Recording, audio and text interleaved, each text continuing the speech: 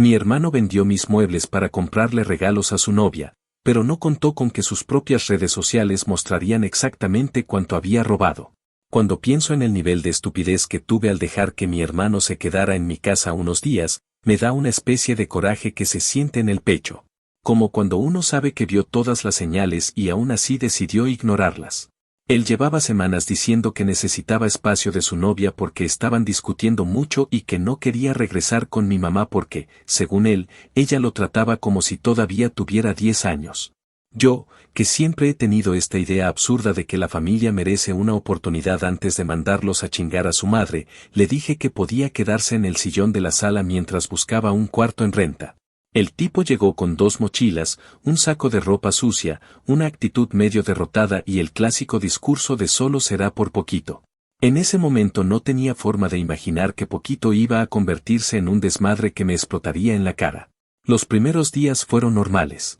Él trabajaba por horas en un taller y salía y entraba sin hacer mucho ruido, así que tampoco me quejé. Yo también tenía mi rutina de trabajo, gimnasio y casa, y como no soy especialmente metiche, ni siquiera me dio por revisar qué hacía mientras yo no estaba. A veces cocinábamos juntos, aunque eso duró poco, porque él tenía esta costumbre de desaparecer por horas y regresar oliendo al perfume dulce y empalagoso de su novia. Lo cual de alguna forma ya era una pista de que la relación no estaba tan rota como había dicho. Pero aún así yo lo dejé estar, pensando que mientras no metiera ruido ni broncas, yo podía seguir con mi vida. Todo cambió un martes en la tarde, cuando regresé del trabajo y noté que algo no cuadraba. La casa se veía demasiado vacía, como si la hubieran rearranjado sin ningún sentido. Me quedé parado en la entrada un momento, intentando entender por qué la sala se sentía tan amplia. Luego me cayó el 20, faltaba mi sillón, la mesa de centro y la alfombra que había comprado el año pasado. La lámpara que siempre ponía junto al sillón también había desaparecido. Caminé a la cocina intentando convencerme de que tal vez moví algo y se me olvidó, aunque sabía que eso era una pendejada. Cuando vi el espacio donde solía estar la cajonera que heredé de mi abuela, me dio un nudo en el estómago. Revisé mi cuarto y confirmé que también faltaba la televisión pequeña. Todo el escenario parecía un chiste de mal gusto, como si alguien hubiera entrado, escogido mis cosas favoritas y simplemente se las hubiera llevado como quien sale del súper. Intenté llamar a mi hermano, pero no respondió. Le escribí un mensaje preguntándole qué carajos estaba pasando y la única respuesta que obtuve, casi una hora después, fue que no me enojara porque él estaba resolviendo unas cosas y que después me explicaba. Sentí una oleada de rabia tan grande que tuve que sentarme en el borde de la cama para no aventar el teléfono contra la pared. ¿Cómo podía alguien resolver cosas llevándose los muebles de otra persona? Y más importante, ¿por qué tenía la desfachatez de hablar como si yo fuera el que estaba en falta? Como ya intuía que la explicación iba a ser una mentira mediocre, me metí a redes sociales para ver si encontraba alguna pista, empezando por la cuenta de la novia que sube todo lo que hace. No tardé ni 2 minutos en encontrar la prueba más descarada del planeta, una historia donde ella posaba sonriendo, abrazando una caja envuelta como si fuera un regalo, y atrás se veía claramente mi mesa de centro. En otra foto que había subido un par de horas antes, estaba sentada en lo que era mi sillón, con la misma seguridad de alguien que jamás ha tenido que trabajar para comprar algo. La descripción decía que su novio era un amorcito y que siempre la sorprendía con detalles que la hacían sentirse especial. Me hervía la sangre. Ahí estaba, ella celebrando como reina gracias a mis cosas, y él jugando al novio perfecto a costillas mías. Cuando por fin mi hermano llegó en la noche, entrando como si regresara de un día normal, lo confronté directamente. Él intentó hacerse el sorprendido, pero su actuación fue tan mala que me dio más coraje. Me dijo que vendió los muebles porque necesitaba dinero para arreglar un asunto importante con su novia, y que no hiciera drama porque algún día me los repondría. Le respondí que no tenía idea de en qué mundo pensaba que eso era aceptable y que quería saber exactamente cuánto había vendido y dónde. Él me contestó que no tenía por qué ponerse específico y que estaba exagerando por cosas que ni usaba tanto. La conversación se convirtió en una pelea donde él terminó gritándome que la familia está para apoyarse y que yo no entendía por qué siempre he sido egoísta. Yo simplemente no podía creer la audacia de ese cabrón. La discusión terminó cuando le dije que iba a hacer un reporte policial y él salió diciendo que si lo hacía me iba a arrepentir. Lo dejé ir porque necesitaba aire. Pero mientras veía los espacios vacíos de mi sala, Entendí que él no tenía intención de reparar nada y que yo iba a tener que hacerme cargo de la situación si no quería quedarme con el hueco literal y figurado que dejó su traición. Esa noche no pude dormir. Me quedé pensando en cómo alguien a quien le abriste la puerta, con quien compartiste comida y techo, puede decidir que tus cosas son moneda de cambio para quedar bien con alguien que ni siquiera quiere estar con él la mitad del tiempo. Esa fue la primera vez en mi vida que sentí que la línea entre familia y desconocidos puede borrarse en un segundo cuando alguien decide chingarte sin remordimiento. Y a partir de ese momento supe que la historia no terminaría ahí, porque él no había calculado algo, todo lo que presumió en redes lo iba a hundir más de lo que jamás imaginó. Actualización 1. El siguiente día no fue ni un poco mejor. Después de esa confrontación, mi hermano se fue de la casa y, como era de esperarse, no volvió a dar señales de vida en toda la mañana. No me sorprendió en absoluto que decidiera ignorarme. Ya había pasado por tantas situaciones con él en las que la confrontación simplemente no existía para él, que me preparé para lo peor. Aunque ya sabía que no iba a dejarlo pasar, sentí que debía darle un poco de espacio para ver cómo manejaba las cosas. Yo no estaba dispuesto a perdonarlo tan fácilmente, no después de lo que había hecho. No lo iba a dejar que se saliera con la suya. A las 3 de la tarde, mientras estaba sentado en la sala, recibiendo todo el peso de lo que había sucedido, mi teléfono finalmente vibró. Era un mensaje de texto de mi hermano, que apenas había leído. En ese momento no supe si reírme o darle una patada en los huevos. El mensaje decía lo siguiente: oye, no fue para tanto, ¿no? Ya te dije que te lo voy a reponer. Solo estoy en medio de unos problemas. Te explico luego. No necesitaba que me explicara nada, y en realidad ni siquiera estaba interesado en sus excusas. Mi mente estaba fija en una sola cosa: él me había robado, me había dejado sin lo que era mío y lo peor de todo, sin el más mínimo respeto por mi espacio o mis pertenencias. Y para rematar, me estaba tratando como si fuera el que estaba exagerando todo. Respiré hondo y decidí que ya no iba a jugar con él. En lugar de seguirle el juego, le pedí que me explicara qué exactamente había vendido y por cuánto. Estaba dispuesto a reunir todas las pruebas posibles antes de hacer nada más. Le dejé claro que si no me decía la verdad, yo me encargaría de conseguirla. Eso sí, lo hice de manera que no supiera que ya tenía una idea clara de lo que había pasado. Le pedí que me diera todos los detalles, que me dijera con quién había estado tratando y cuánto le habían pagado. Le dije que lo mejor sería que me diera la información para que no tuviéramos que llegar a algo más serio. Pasaron varias horas sin respuesta. Me mordí la lengua y traté de mantener la calma. Sabía que si no recibía la información, iba a tener que buscarla por otros medios, pero también sabía que si él no respondía a las primeras preguntas, eso solo confirmaba lo que pensaba. Estaba tratando de zafarse de todo sin hacerse responsable. Cuando caí en cuenta de que ya no podía esperar más, me dirigí hacia su cuenta de Instagram. Él siempre había sido muy activo ahí, así que no me costó nada ir directamente a sus historias, buscando alguna pista que me ayudara a entender qué carajos estaba haciendo. Ahí fue cuando lo encontré. En su cuenta, subió una historia en la que presumía algo que inmediatamente me hizo sentir un nudo en el estómago. Estaba posando con un collar caro, mientras su novia lo abrazaba, sonriendo como si estuviera en una especie de sueño. Lo primero que vi fue una parte del sillón que faltaba en mi sala, lo que me hizo confirmar que, por si alguien tenía alguna duda, este idiota sí había vendido mis cosas. El panorama se me fue armando lentamente. Esa misma tarde, me tiré en el sofá con el teléfono en la mano, buscando las publicaciones de su novia. Esa tipa no tenía la menor idea de que, al poner todo en redes sociales, me estaba dando un montón de evidencia que podía usar en su contra. En la siguiente publicación, pude ver perfectamente la mesa de centro que me había costado lo que gané durante 2 meses de trabajo. Era exactamente la misma, solo que sin los adornos que le había puesto para que quedara más bonita. La tipa la usaba para poner sus copas de vino y sus revistas de moda, mientras que mi hermano, como si nada, estaba ahí en el fondo, con la cara de quien acaba de hacer la compra de su vida. En ese instante sentí una mezcla de impotencia y furia que me hizo estallar. No solo me había robado algo que tenía un valor sentimental para mí, sino que también se había burlado de mí al hacer todo tan evidente. No esperé mucho más. Decidí llamarlo nuevamente. Esta vez no lo dejé salir con alguna excusa. Le dije que quería saber exactamente qué había hecho con mis muebles, a dónde los había llevado y, sobre todo, por cuánto los había vendido. Como esperaba, el tono de su voz cambió al instante. No respondió inmediatamente. Pasaron unos segundos en los que su respiración se hizo un poco más agitada. Cuando al fin habló, lo hizo con una voz que ya no sonaba tan segura. Los vendí por $600, man. Pero como te dije, te lo voy a pagar en cuanto pueda. Solo dame tiempo. En ese momento, me di cuenta de que no tenía intención de devolver nada. La cantidad de $600 era ridícula. Para lo que me había robado, estaba casi regalado. La mesa, el sillón, la tele y todo lo que había desaparecido fácilmente valía mucho más. Pero no le dije nada de eso.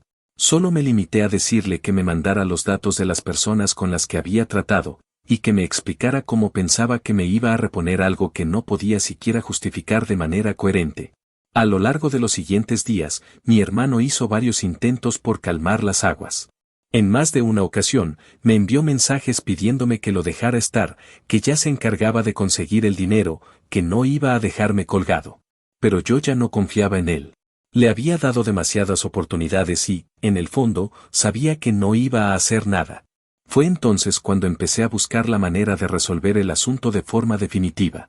Decidí ir a la policía, pero antes de tomar cualquier decisión, revisé con más calma todo lo que había recopilado de sus redes.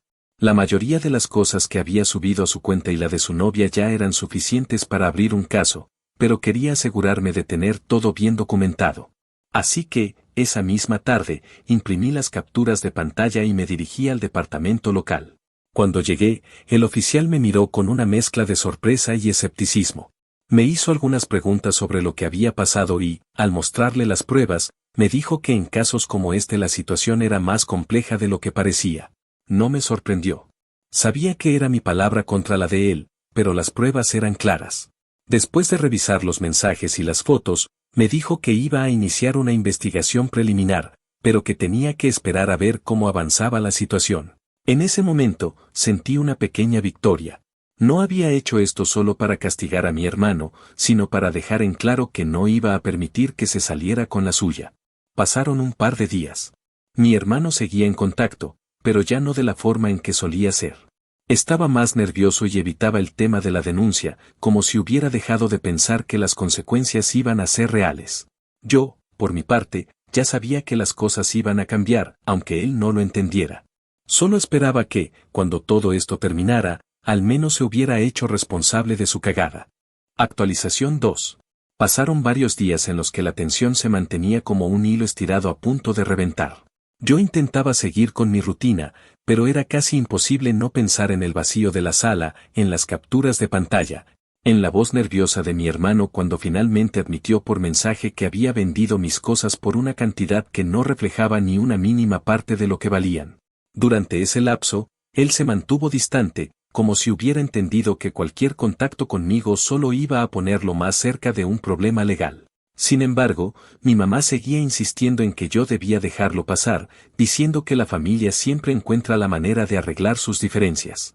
Lo que ella no entendía era que ya habíamos pasado por muchas situaciones similares, y que esta vez, por primera vez en mi vida, ya no tenía ni el deseo ni la energía de rescatarlo de las consecuencias de su propio comportamiento.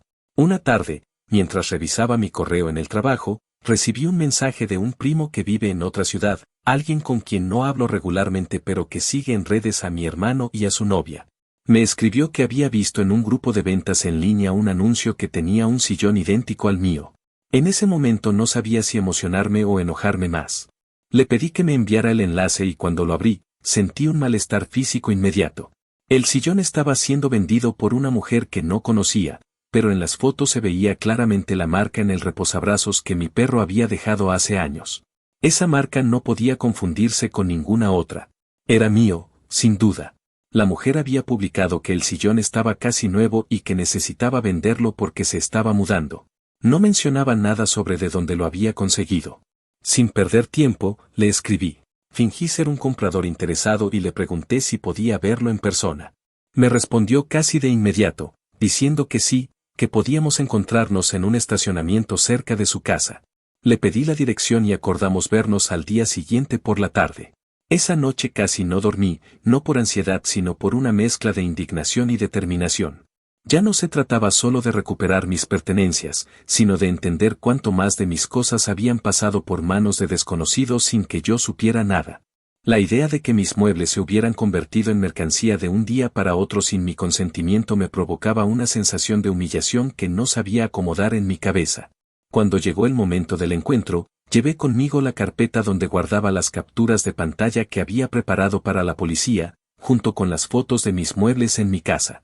Pedí prestada la camioneta de un amigo porque sabía que, si tenía la oportunidad, ese sillón regresaría conmigo.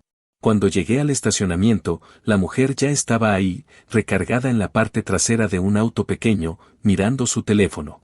Cuando levantó la vista y me vio acercarme, me saludó con una sonrisa educada, sin sospechar nada. Nos acercamos al sillón, que estaba en la parte trasera del auto, cubierto con una manta. Lo descubrí y lo revisé despacio, aunque ya sabía que era mío. Lo que no esperaba era lo rápido que cambiaría su actitud. Le dije que el sillón era mío, que había sido robado de mi casa y que tenía pruebas de que provenía de una venta ilegal. Su rostro perdió color de inmediato, y empezó a decir que ella no sabía nada, que lo había comprado de buena fe y que no quería problemas. Le respondí que no tenía intención de pelear con ella, pero que me llevaría el sillón de vuelta porque era mío. Le mostré las fotos y los mensajes y se quedó sin palabras. Al final terminó ayudándome a subirlo a la camioneta. Antes de irme, le pregunté si sabía de dónde habían venido los otros muebles que mi hermano había vendido. Me confesó que solo había comprado el sillón, pero que sabía que la novia de mi hermano tenía un pequeño grupo en redes donde vendía cosas de manera regular. Me dio el nombre del grupo y me deseó suerte, con un tono que dejaba claro que estaba arrepentida de haberse metido en medio de todo esto. Después del encuentro, me estacioné en un punto tranquilo para procesar la información. Entré al grupo que me había mencionado la mujer. Era privado, pero bastó con solicitar unirme para que me aceptaran. Empecé a revisar las publicaciones y encontré varias ventas recientes, una mesa, una alfombra, una lámpara. No me tomó ni 2 minutos reconocerlas. La novia de mi hermano había puesto a la venta prácticamente todo lo que faltaba en mi casa, y algunas publicaciones databan de días antes de que yo siquiera me diera cuenta de que mis cosas habían desaparecido. Eso me confirmó que no solo habían vendido los muebles, sino que lo habían planeado con anticipación. No había sido un impulso ni una equivocación, sino un acto deliberado. No sabía si sentirme más traicionado por mi hermano o por la persona que él aseguraba que amaba tanto como para arriesgarlo todo. Esa misma noche envié un mensaje al oficial con el que había hablado previamente para darle una actualización de lo que había descubierto. Incluí las nuevas capturas y le expliqué que ya había recuperado una parte de mis pertenencias. Me respondió al día siguiente, diciéndome que eso reforzaba mi caso y que seguirían con la investigación. Aunque no era una denuncia formal aún, ya se estaba tomando con más seriedad. Saber eso no me dio paz, pero al menos me hizo sentir que no estaba actuando a ciegas. Por otro lado, mi hermano finalmente decidió aparecer en mi puerta, llorando como si alguien hubiera muerto. Venía con la idea de que yo estaba exagerando todo y que él ya había entendido que lo que había hecho no estaba bien. Dijo que había tenido problemas con su novia, que ella lo había dejado porque ya no quería verse envuelta en problemas. Intentó entrar a la casa, pero se encontró con la nueva cerradura. Me dijo que lo perdonara, que necesitaba un lugar donde quedarse.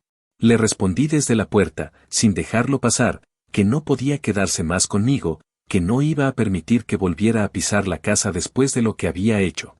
Me empezó a acusar de ser desleal, de escoger cosas antes que familia.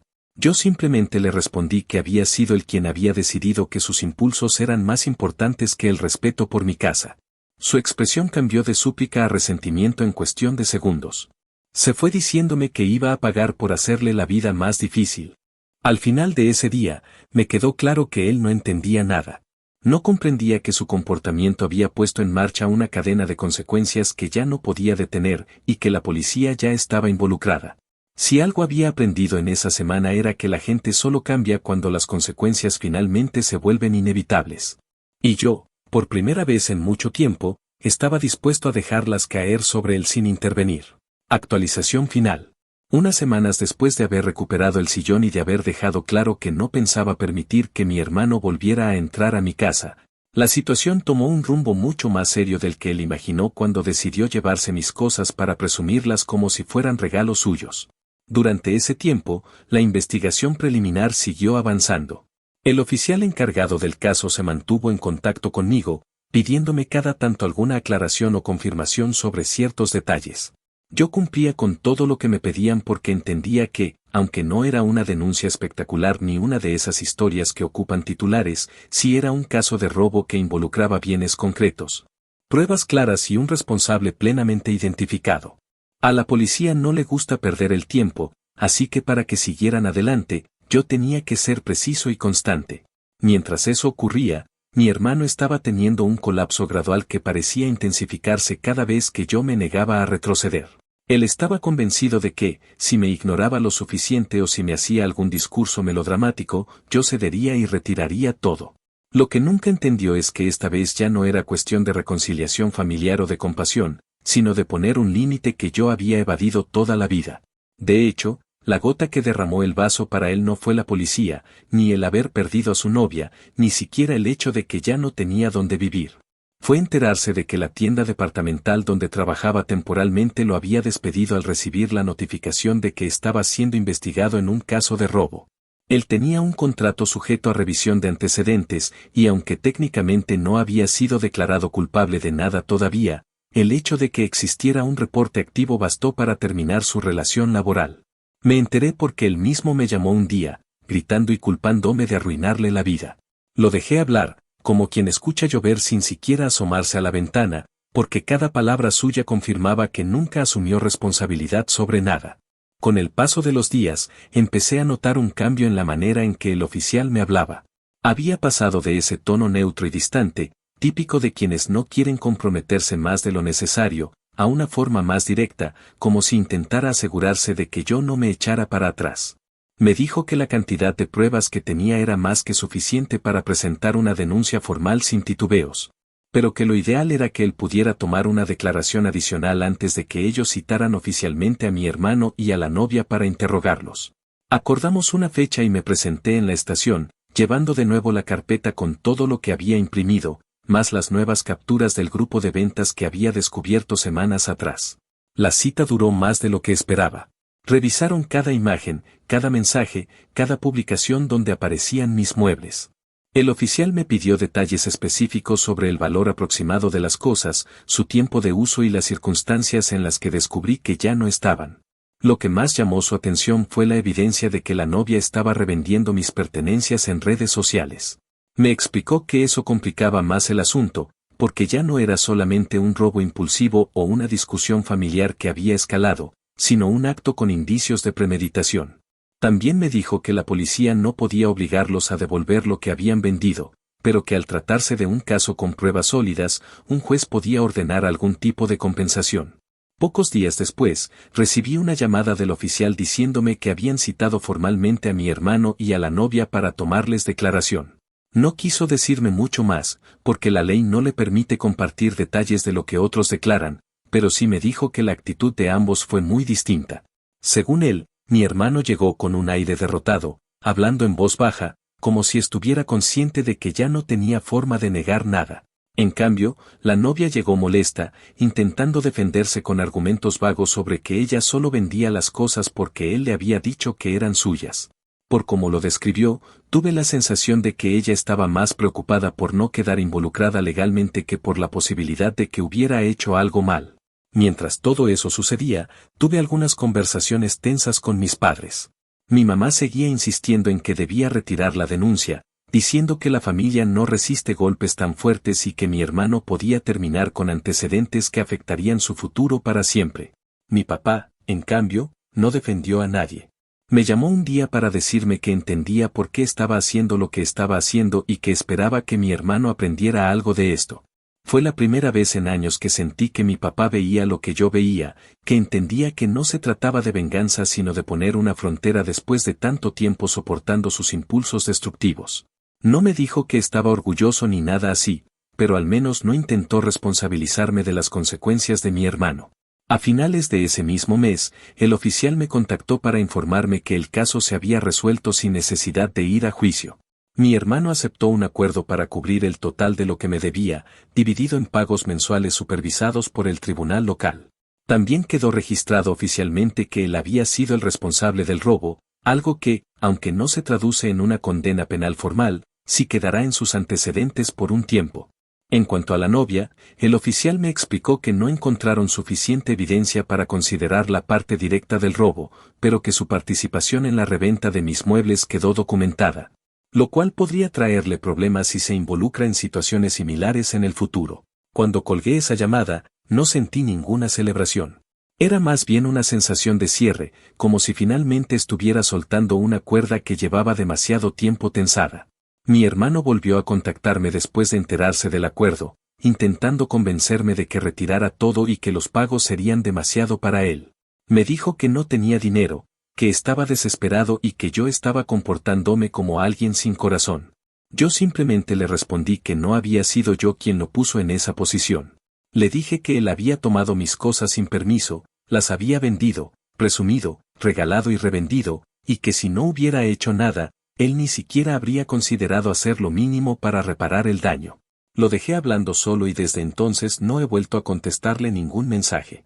Hoy mi sala ya no está vacía, aunque tampoco luce como antes. Recuperé lo que pude, y lo que no, lo reemplacé poco a poco. Pero más allá de lo material, la verdadera diferencia está en cómo me siento ahora en mi propia casa. Hay una tranquilidad silenciosa que antes no notaba porque estaba demasiado ocupado resolviendo problemas ajenos. Aprendí que abrirle la puerta a alguien también implica el riesgo de que esa persona decida entrar sin respeto, y que uno tiene que saber cuándo cerrarla definitivamente. No sé si mi hermano entienda algún día lo que provocó, pero ya no me corresponde enseñarle nada. Cada quien carga sus decisiones, y él tendrá que cargar las suyas sin mí.